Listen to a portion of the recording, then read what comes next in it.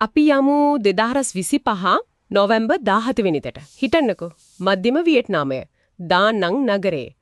දවස් ගාණක් තිස්සේ දරුණු කුණාටුවක් ගම් වතුර. ඒ හැම දෙයකින්ම බැටකාලා යන්තම් හුස්මක් ගන්න පටන් ගත්ත විතරයි. අහස නිල් පාටයි අවව වැටිලා. මිනිසු හෙමින් ආයෙත් ජීවිතේ පටන් ගන්නවා. ඉතින් මේ වගේ පසුබිමක දා නං වල තියෙන ටම්බාවෝ කියන විහාරස්ථානයේ හරිම විශේෂ දෙයක් සිද්ධ වෙනවා. ඒ තමයි අර ශ්‍රී ලංකාවෙන් වැඩම කරපු භික්ෂූන් වහන්සේලාගේ පිරිසකගේ පැමිණීම. හරියටම මුලින් බලද්දි මේක සාමාන්‍ය පුවතක් වගේ පේනුනට මේකේ ඊට වඩා ගැඹුරු දෙයක් තියෙනව නේද? ආපදාවකින් පස්සේ රටවල් දෙකක් මේ විදිහට එකතු වන එක. හරි අපි මේ කාරණේ ටිකක් ගැඹුරින් විග්‍රහ කර බලමු. ඒක තමයි මෙතන තියෙන වැදගත්ම දේ. මේක නිකන් සංචාරයක් ගැන කතාවක් නෙවෙයි. මේකෙන් එකට ගැට ගැහෙනවා ඇදහිල්ල ආපදාවකින් පස්සේ මිනිස්සුන්ට ඕන වෙන මානසික ශක්තිය පිනේ ජාත්‍යන්තර සම්බන්ධතා කියන කාරණාව. ඔව් මෙතන තියෙන පුදුම හිතෙන දේ තමයි හරිම සරල අධ්‍යාත්මික ක්‍රියාවකින් කොයිතරම් ගැඹුරු මානුෂීය සහ රාජතාන්ත්‍රික පණිවිඩයක් දෙන්න පුළුවන්ද කියන එක. අපි පොඩ්ඩක් එදා දවසේ තිබුණු වටපිටාව මවාගමු. අපිට ලැබිලා තියෙන විස්තර අනුව දවස් ගානකේ වහින් පස්සේ අවුව පායලා මිනිස්සු ටික පාරට වහිනවා. සමහරු ලස්සන තැන් බලන්න යනවා. තවත් අය පන්සල් වලට යනවා හිතට සැනසීමක් හොයාගෙන. ඉතින් මේ ටම්බාවෝ විහාරස්ථානියත් ඒ වගේ තැනක් වෙන්න ඇති. ඔව්. ඔන්නේ වෙලාව තමයි ශ්‍රී ලංකාවෙන් මේ ඉහළ පෙළේ දූත පිරිස එතනට වඩින්නේ. නායකත්වය දෙන්නේ කොළඹ පන්නිපිටිය විද්‍යාලංකාර මහපිරිවෙනේ පරිවේනාධිපති ගෞරවනීය ගෙමුණුපුර සෝමවංශ හාමුදුරුවෝ. බලන්නකෝ. නිකම්ම නමක් නෙමෙයි. ඒ තනතුරෙන්ම පේනව නේද මේකේ තියෙන බරපතලකම. ඒක ඇත්ත. ඒක නිකම්ම නියෝජනයක් නෙමෙයි. ඒක ප්‍රකාශයක්. ඒ වගේම දූත පිරිසේ තවත් කෙනෙක් තමයි දෙල්ගමුව රජමහා විහාරාධිපති පූජ්‍ය පූජා නාඩු කරදිනිය පඤ්ඤාසාර හාමුදුරුවෝ. දෙල්ගමුව රජමහා විහාරය කියන්නේ ලංකාවේ ඉතිහාසයත් එක්ක විශේෂයෙන්ම දළදා වහන්සේගේ ඉතිහාසයත් එක්ක හරිම තදින් බැඳුරු තැනක්. ඔව්. ඒ නිසා මේකෙන් මේ සංචාරයට ඓතිහාසික වටිනාකමකුත් එකතු වෙනවා. ඒ දෙන්න විතරක් නෙවෙයිනේ. පූජ්‍ය දිවුරන්වල විනීත පූජ්‍ය කොටගම්වෙල්ලේ සරණංකර තවත් ජ්‍යෙෂ්ඨ හාමුදුරුවෝ කිහිප නමක්ම මේකට එකතු වෙලා හිටියා. ඒ කියන්නේ මේක ලංකාවේ බෞද්ධ නායකත්වයේ ඉහළම මට්ටමේ නියෝජනයක්. එතකොට මේක නිකන් සාමාන්‍ය වන්දනා ගමනක් වෙන්න විදියක් නෑ. කොහෙත්ම නෑ. අපි මේක තව ටිකක් පුළුල් බැලුවත් ශ්‍රී ලංකාවයි වියට්නාමියයි කියන්නේ මේ ථේරවාද බුදුදහම කියන පොදු උර්මයක් බෙදාගෙන රටවල් දෙක. ඉතින් මේක හම්බයක් නෙවෙයි. මේක අවුරුදු ගාණක් පරණ ආධ්‍යාත්මික බැඳීමක තවත් පරිච්ඡේදයක්. ඒත් මේ පරිච්ඡේදය ලියවෙන්නේ හරිම සංවේදී මොහොතක. හරි. ඉතින් මේ දූත පිරිස එතනට වඩිනවා. ඒත් නිකාම විත ආපහු යනවට වඩා දියක් එතන වෙනවා. ඒක තමයි මට හිතෙන්නේ මේ කතාවේ හදවත වගේ. ඔව්. උම්මහන්සිලා නිකන්ව කන්සලේටර් එවිත් ගියේ නෑ. හරිම ගැඹීර විශේෂ පූජාවක් චාරිත්‍රයක් එතන සිද්ධ කරා. වාර්තාව එක විස්තර කරන විදිය හරිම ලස්සනයි. මුලින්ම හැමෝම එකතු වෙලා ඉටිපන්දම් පත්තු කරලා භාවනා කරනවා. ඊට පස්සේ පන්සලේ තියෙන බුද්ධ ප්‍රතිමාවයි ඒ වගේම හරිම පූජනීය බෝධීන් වහන්සේලා දෙනමක්වයි වටේට 3 පාරක් පැදුකුණු කරනවා. බලන්නකෝ එකේ තියෙන සංකේතය. ඔව්. ඊට පස්සේ මල් පහන් පූජා කරලා හැමෝම එකතු වෙලා පිරිසිදු පාලි භාෂාවෙන් සූත්‍ර සජ්ජායනා කරනවා. අපි පොඩ්ඩක් ඌකේ තියෙන ආර්ථය ගැන හිතමු. බෝධින් වහන්සේ නමක් වටේ යනවා කියන්නේ ඒක බුදුන් වහන්සේක තියෙන ඍජු සම්බන්ධයක්. ඒක ඇත්ත. පාලියෙන් පිරිත් කියනවා කියන්නේ බුදුන් වහන්සේගේ මුල් ඉගැන්වීම් වලට ගරු කරනවා කියන එක. ඉතින් මේකෙන් නිකම්ම ප්‍රාර්ථනාවක් නෙවෙයි. නෑ. මේකෙන් කියවෙන්නේ අපි එකම මූලයකින් ආපු මිනිස්සු. මේ අමාරු වෙලාවේ අපි ඔයාලත් එක්ක ඉන්නවා කියන පණිවිඩය. ඒ උත්සවය අරමුණ විදියට සඳහන් වෙන්නේ මධ්‍යම වියට්නාමයේ විශේෂයෙන්ම මේ ගම් වතුරෙන් පීඩාවට පත්වුණු මිනිස්සුන්ට යහපත් කරුණාබර ශක්තියක් යොමු කරන එක. එයාලගේ ආරක්ෂාවට ඉක්මන් සුවයට. ඔව්. ඒ වෙලාවේ එතන තිබුණු වාතාවරණය විස්තර කරලා තියෙන්නේ පිරිසිදු ගාම්භීර සහ මහා කරුණා ශක්තියෙන් පිරුණු එකක් කියලා.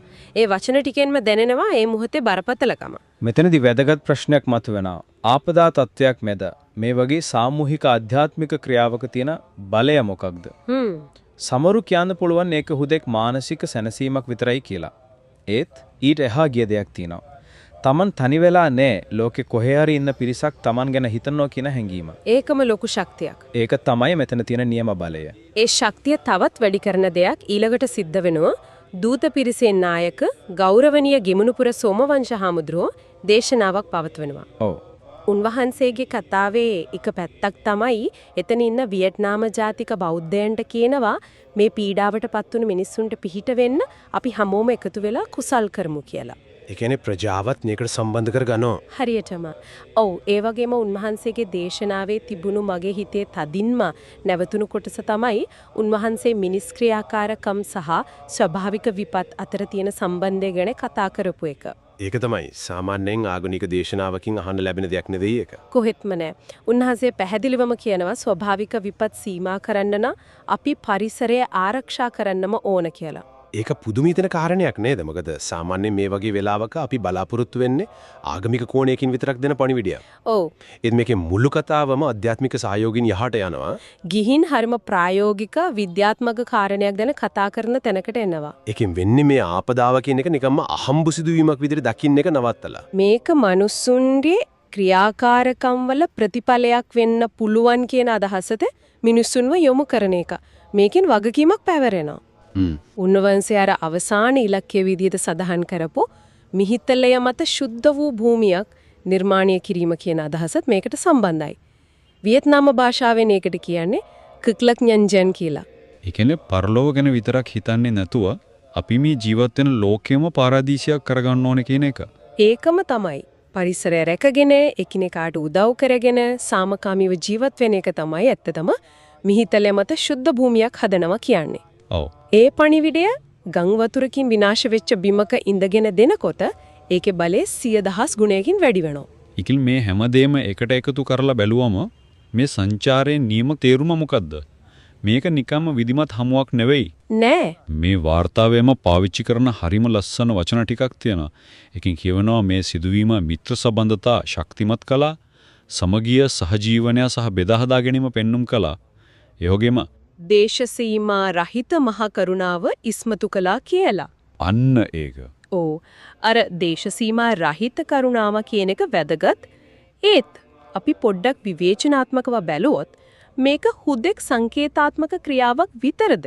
සමහර විට ඒත් මේකේ තියෙනවා අපි soft power එහෙමත් නැත්නම් මෘදු බලය කියලා කියන දෙයට කදිම උදාහරණයක්. හරි. soft power කිව්වම සාමාන්‍යයෙන් අපේ ඔළුවට එන්නේ සංගීතය, චිත්‍රපට, ක්‍රීඩා වගේ දේවල්නේ. ඔව්. ඒත් ආපදාවකදී පවත්වන පිරිත් සජ්ජායනාවක් කොහොමද ඊටත් වඩා ප්‍රබල soft power මෙවලමක් වෙන්නේ? ඒක තමයි වැදගත්ම ප්‍රශ්නේ. බලන්න ආර්ථික ආධාරයක් දෙනකොට ඒකේ දේශපාලනික කොන්දේසි තියෙන්න පුළුවන්. හමුදාමය උදව්වක් දෙනකොට ඒකේ සැඟවුණු අරමුණු තියෙන්න පුළුවන්. ඒක ඇත්ත. ඒත් මේ වගේ අධ්‍යාත්මික සහයෝගයක් දෙනකොට ඒකින් ගොඩනගෙන්නේ දේශපාලනිකව දිනා ගන්න බැරි හරිම පිරිසුදු විශ්වාසයක්. මේ මිනිස්සු ආවේ අපෙන් මුකුත් බලාපොරොත්තු වෙන්නේ නෙවෙයි. අපේ දුකේදී පිහිටු වෙන්න විතරයි කියන හැඟීම. ඒ විශ්වාසය තමයි ඕනෑම ජාත්‍යන්තර සම්බන්ධයක ශක්තිමත් මඩිතාලම. ඒකනම් ඇත්ත. මේ සිදුවීම අවසානයේ තම්බාවෝ විහාරාධිපති හාමුදුරුවෝ ශ්‍රී ලංකා දූත පිරිසට ස්තුති කරලා ධර්ම දායාද පිරිනමනවා. ඔව්. ඒ වගේම ඊළඟ අවුරුද්දේ කියන්නේ 2026 දී ආයෙමත් වියට්නාමයට එන්න කියලා ආරාධනා කරනවා. ඒගෙන් පේනවලද මේ ඇති වුණු සම්බන්ධය එක දවසකට සීමා වෙන්නේ නැති දිගටම පවත්වාගෙන යන දෙපාර්ශ්වයටම තියෙන උනන්දුව. ඉතින් අපි මේ කතාවෙන් ඉගෙනගත්ත දේවල් ටික එකතු කරලා බැලුවොත් පළවෙනි එක හරිම වෙලාවට හරිම තැනදී කරපු දෙයක් වීම. කාලෝචිතයි. දෙවෙනි එක නිකම්ම සංචාරයක් නොකර දෙරටේම මිනිස්සුන්ගේ හිත් එකතු කරන ප්‍රබල උත්සවයක් පැවැත්වීම. තුන්වෙනි එක මට හිතන විදිහට වැදගත්ම දේ ආගමික විශ්වාසයන් එක්ක පාරිසරික වගකීම ගැනත් කතා කරපු එක. ඔව් අවසාන වශයෙන් මම පොඩි ප්‍රශ්නයක් ඉතුරු කරන්නම් කල්පනා කරන්න. හරි. මේ වார்த்தාව මේ සිදුවීම හඳුන්වන්නේ ජාතින් දෙකක බෞද්ධ ප්‍රජාවන් අතර ඉදිවුණු පාලමක් කියලයි. ඔව්. කරුණාවේ පාලමක්. හරියටම එන්නෙන්නම බෙදී යන ගැටුම් වැඩි වෙන ලෝකයක අපි හැමතැනම දකින්නේ තාප්ප හැදෙනෝ. ඒත් මේ වගේ දේශපාලනික නොවන ආර්ථිකමය නොවන පොදු සාර ධර්ම සහ කරුණාව මත පදනම් වූ පාලම් තවත් කොහෙද කොහොමද ගොඩනගෙන්නේ? ඒක හිතන්න ඕන ප්‍රශ්නයක්. සමහර විට අපි හිතනවට වඩා රටවල් අතර ඇතිවෙන විධිමත් ගිවිසුම් වලට සහ සන්දානවලට වඩා මේ වගේ ආධ්‍යාත්මික හා සංස්කෘතික සම්බන්ධතා දිගුකාලීනව වඩාත් ශක්තිමත් සහ බලපෑම් සහගත වෙන්න පුළුවන්ද? ඒ කියන්නේ කොන්ක්‍රීට් වලින් හදන පාලම් වලට වඩා. ඔව්. මොකද කොන්ක්‍රීට් වලින් හදන පාලම් කවදා හරි කඩන් වැටෙන්න පුළුවන්. ඒත් මිනිස්සුන්ගේ හිත්වල හැදෙන පාලම් එහෙම ලේසියෙන් බින්දින්න බෑ.